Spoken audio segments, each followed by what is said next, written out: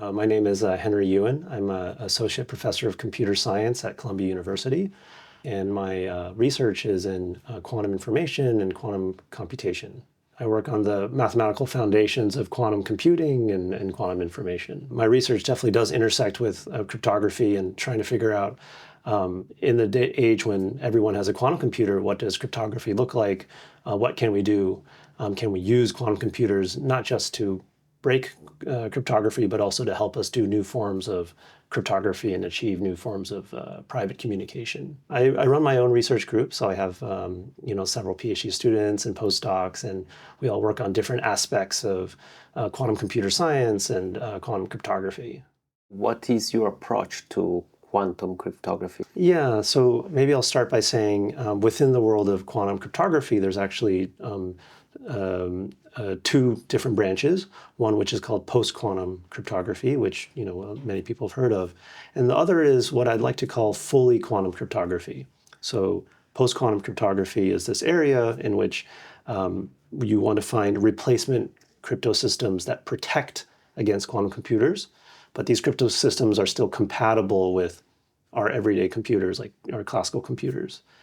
A lot of what I do research on is actually kind of going beyond that into a world where, let's say, everyone has a quantum computer, and there you want to use a quantum computer to do new kinds of crypto systems or new kinds of security that wasn't even possible with just classical devices.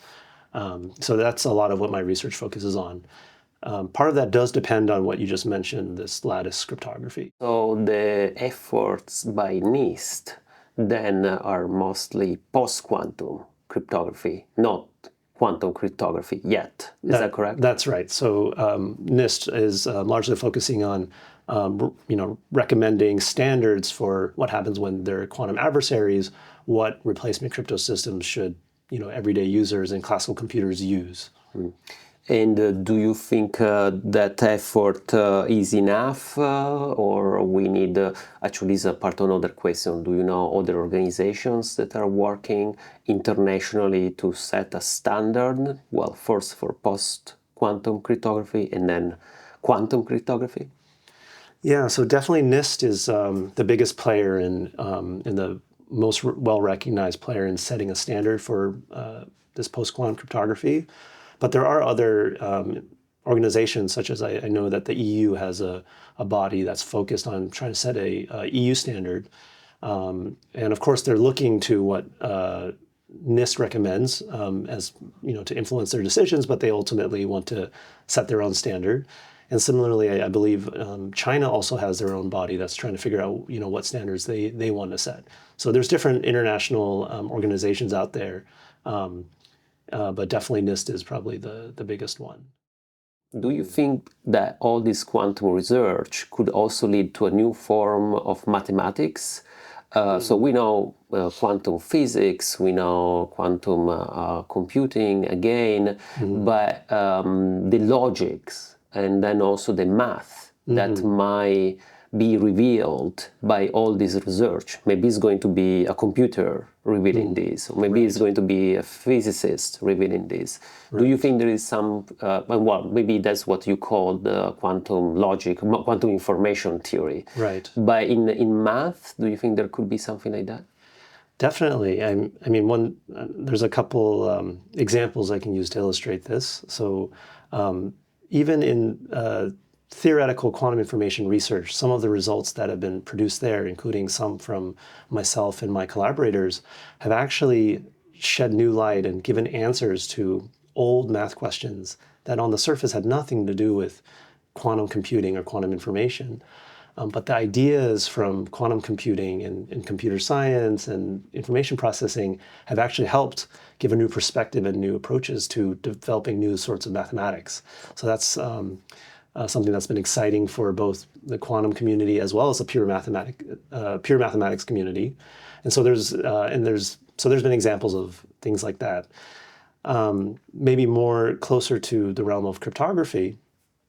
So you mentioned NIST, and they've been running this multi-year competition on finding these post-quantum crypto systems, and they had many rounds. And initially they had a bunch of candidates, but over each round, these candidates got attacked and whittled down. There's a famous example of one of these candidates that actually made it quite far. It's this candidate SIKE, or super singular isogeny key encapsulation, whatever that is. But that made it to round 4. And there was, some evidence that it could be potentially quantum secure. But then someone, essentially out of the blue, came up with a paper. And this was in 2022. And he showed that this post-quantum candidate was actually vulnerable to a classical attack. And he had to use some very deep mathematics that was quite surprising to find this attack. And so I think there are a lot of examples like this that show how quantum computing or quantum cryptography research pushes forward even basic mathematics research. It's still safe to rely so much on that mathematical assumption in these days. Not just because of the quantum computers, but because of these all mathematical advancements that we might have. Of course, we are like in hypothetical scenarios. Right. But do you think that could happen?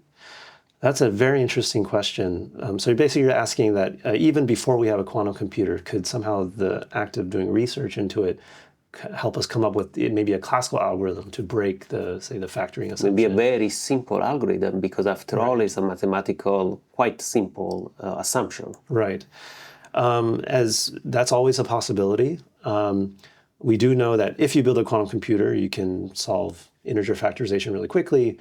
We don't have a quantum computer yet, but there have been examples in quantum algorithms research where people initially thought they came up with a new type of quantum algorithm that was, say, much, much faster than any known classical algorithm. But then a few years later, that inspired people to, in fact, come up to dequantize the quantum algorithm. So they converted it back to a classical algorithm that was nearly as fast. And that was quite a surprise. So this particular instance that I'm referring to happened in this world called quantum machine learning. So people thought they had a new, exciting quantum machine learning algorithm that could solve certain problems much faster than classical algorithms, but then later someone found a classical version of it. So there's always this possibility that advances in quantum algorithms could be dequantized, right? You thought that you needed a quantum computer to do it, but in fact, there's a just as good classical algorithm.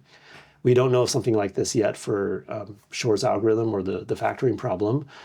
I think it seems, given how much research and attention has been given to factoring, especially since Shor came up with his algorithm, it seems unlikely, but with the nature of mathematical research, you never know. Let's say that tomorrow, or you or a student, one of your students or one of your colleagues, figure how to solve the factoring question, the factoring problem, and comes to you and say, look, I figured it out. Right. What would you do? Well, first I would try to, tell the government that this is an issue, and because this would be a big deal, right? Basically, all the communications that are being transmitted now, we have some trust or belief that it's private. And if that trust is removed, that could be, cause big societal problems. And the fact that this can be broken, if someone here figured it out or my colleague figured it out, then presumably there's a good chance maybe someone else in some other part of the globe could figure it out. So I think that you want everyone to know as quickly as possible so that we can move to a replacement. Yeah, but you need to trust the government too. Well, so maybe let me revise. I would tell the government, but also everyone else. There would be a lot of short-term pain in the sense that we'd have to migrate as quickly as possible. But now that I think about it, it actually makes sense for this to be as widely known as possible, so that there isn't some major asymmetry in who can take advantage of this knowledge. Even though the damage might be huge.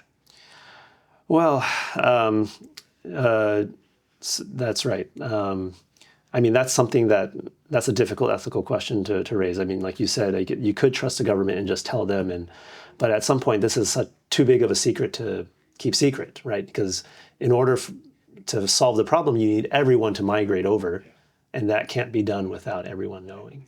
Yeah.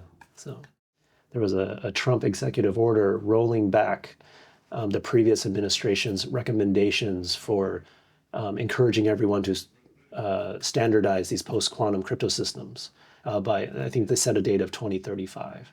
So the goal was by 2035, major infrastructures and companies and universities and homes and so on in the United States would be running on the post-quantum encryption schemes. But this executive order rolled those requirements back, which ultimately makes us less secure in the long run. Back to when? Or just cancelled? They just removed the recommendation. Removed them? Yeah. Oh, wow, interesting. Didn't know that. Okay. Yeah, that makes the point of like how much do you trust your government, right? Yeah. And that's also related to another question about ethics. The fact that if someone, maybe figure or someone has a quantum computer that works and they keep it secret, of course they have a huge advance for controlling society, who knows what else. Right. One of the main ethical questions is probably who is going to own this quantum cryptography, for sure, especially if there is a company that tries to patent such a new crypto system. Right. Or maybe is only available on a particular network, a private network, or even maybe just in one country. So do you have any thoughts about those issues? I guess the main thought is, I think this is the prevailing belief in the cryptography world, which is that protocols should be open. Knowledge of how these protocols should work should be freely distributed for everyone to be able to use. And that's why I think it's really important for scientists and academics to do research in this area rather than leaving it to secret organizations and governments and or in companies. Fortunately, I think most of the research that we've seen so far has been done in a very open fashion, which I think only makes their cryptography better. This is why NIST ran their competition publicly and invited cryptographers around the world to vet and try to find vulnerabilities in these candidates. And ultimately, that makes things more secure. So as long as we keep on doing that, and hopefully we'll be in good shape, as long as things are done in the open. And meanwhile, the ethics of breaking public key encryption, as we know today, is also questionable, or should we just keep trying to break it? I already asked you what would you do if you actually figure how to break it, or anyone else. Right. But then it sounds like now we are all racing for breaking this encryption. And even just the real use of these quantum computers so far are just toward that direction, just to break encryption. I don't know, what is your answer? Probably you have some thoughts. Well, in some sense, people have been trying to break public key encryption ever since it existed. And you need people to work on that because that's how you get assurance that it's secure. Of course, today, since more and more, and essentially everything relies on public key encryption, of course, there are big ramifications if you find a weakness. But again, if I found a weakness, who's to say that someone else didn't, right? Someone in, let's say, intelligence agency somewhere. And so I think, as usual with these things, the best policy is openness. The moment you discover something, you let the world know, because that's the quickest way to, there might be short-term pain, but that's better than the pain happening in secret. Did we rely too much on the RCA, especially today that the whole internet, but not just the internet, infrastructures, the financial system, communications, just logistics, everything is based on that algorithm, but also just one very simple mathematical assumption? Maybe we went too far. What do you think? It's a good question. It is true. People have known about Shor's algorithm since 1994. So, but I think the reality of quantum computers, or the prospect, has only been felt acutely very recently. For a long time, quantum computers was very much a sci-fi possibility. It was something very, very far in the future. And it still might be, but now, given all the investments and the development and the research, it very much seems much more real than it used to be. So it's not just the factoring assumption that we have. There's a couple others, but they're also broken by variants of Shor's algorithm. In some sense, yeah, we are very much vulnerable. But I think that just means it's more pressing to try to switch to these replacements as soon as possible. So do you think there is any way, a very quick way to upgrade? So for instance, changing the keys, of course, especially how the keys are made. But then you would also need to replace all the algorithms, right? And do you think there is, I don't know if that is something in your research you're working on, but just thinking probably the most efficient is the best, right?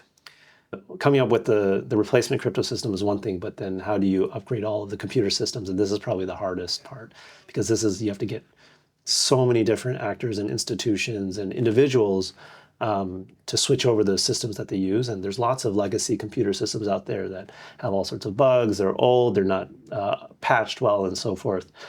There are large-scale efforts by companies like Google to actually replace the encryption used in popular software like the Chrome internet browser. Just this last year, they've put in a hybrid crypto system that can toggle between the pre-quantum crypto systems and the post-quantum ones. And so if you do a credit card transaction or send an email to a server that is has the post-quantum encryption installed, then your Chrome browser will be able to make use of it. So in that sense, they're already preparing us to seamlessly transition to this post-quantum era. But that's just one part of it. I mean, there's our browsers, there's our cell phones, there's all these different devices that we use. And getting all of these to be ready to have the infrastructure to accept these new changes is a big one. And it's something that people are still figuring out. Cryptocurrencies are vulnerable to quantum computers. Not every currency in the same way. Also because depending on the blockchain, the way the chain is made, if it's like a hash based on hashes or based on something else. But still, for instance, the wallets, they're pretty much all vulnerable in the same way. Is that correct? Right. That's largely correct. I mean, especially for systems like Bitcoin, they're all reliant on these pre-quantum signature schemes, which are authenticate, prove to you that this is your wallet or this is the transaction that you meant to do. So you have to essentially give a digital signature. And the digital signature schemes that Bitcoin uses, for example, is vulnerable to quantum attacks. There are other cryptocurrencies like Ethereum that have investigated post-quantum replacements, and they have working groups on trying to do this migration. But the largest cryptocurrency that's in use today, which is Bitcoin, is vulnerable. There's a lot of discussion in how best Bitcoin can adapt to the situation when quantum computers might be around. Yeah, probably it's going to drop its value, or who knows, and everything is up for grab too, in a way too. Right. I mean, one possibility is that Bitcoin, like everyone else, would have to migrate to these post-quantum signature schemes. Yeah. But there's a lot of issues in which, for example, everyone would have to migrate. But let's say someone doesn't get the memo, then their wallet is vulnerable and open to theft.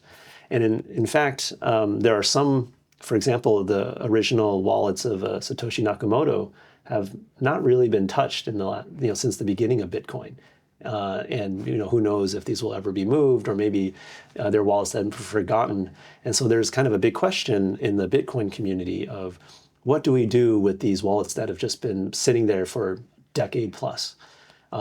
Did people forget about them, or are they deliberately just leaving them there? And one question is, should we just delete those Bitcoins and say they're not usable, which is, could be treated as a form of theft? You're basically burning their money. Or should you say that they're just up for grabs for anyone who has a quantum computer?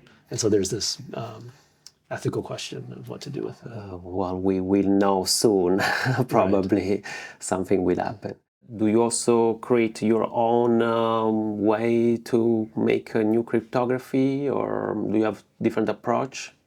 Yeah, so in some sense, the lattice-based cryptography is about the post-quantum cryptography. And the type of cryptography that I'm thinking about is how can you use quantum states or quantum particles to do things that don't even make sense in a classical setting, right? So maybe the most famous example of this is something called quantum money. And the idea is that you use quantum particles as units of currency. And the main point about this is that these cannot be copied just by the rules of quantum physics. And the significance of this is that, a lot of what blockchain and cryptocurrencies are meant to solve is this notion of uncopyability of money. You want to make sure that people can't double spend or spend twice what they have. How do you ensure that? And so that's why they have to keep a record of everything in this distributed fashion, but it's very inefficient and it requires people to spend lots of CPU hours and so on. Quantum money is a way of circumventing that. And in some sense, there's no need for a blockchain. And it solves exactly the same problem. And so this possibility is very interesting because you can use it for things that are don't have anything to do with money at all. So for example, you can imagine that maybe I can use quantum money as some form of token that I can uniquely identify myself if I need to, and ensure that no one else can impersonate me, because only I can have this token and no one can copy it, for example. So a lot of my research is focused on what are these properties of these quantum states? How can you use it to do things that classically is just impossible? So that's sort of a summary of the types of things I think on. And some of that actually does rely on lattice-based cryptography, but that's not the end goal. Yeah, because you don't work on the particle, you're working on the math around the quantum states, of Right, course. exactly. Oh, that's very interesting. Thank you so much. Sure. Yeah.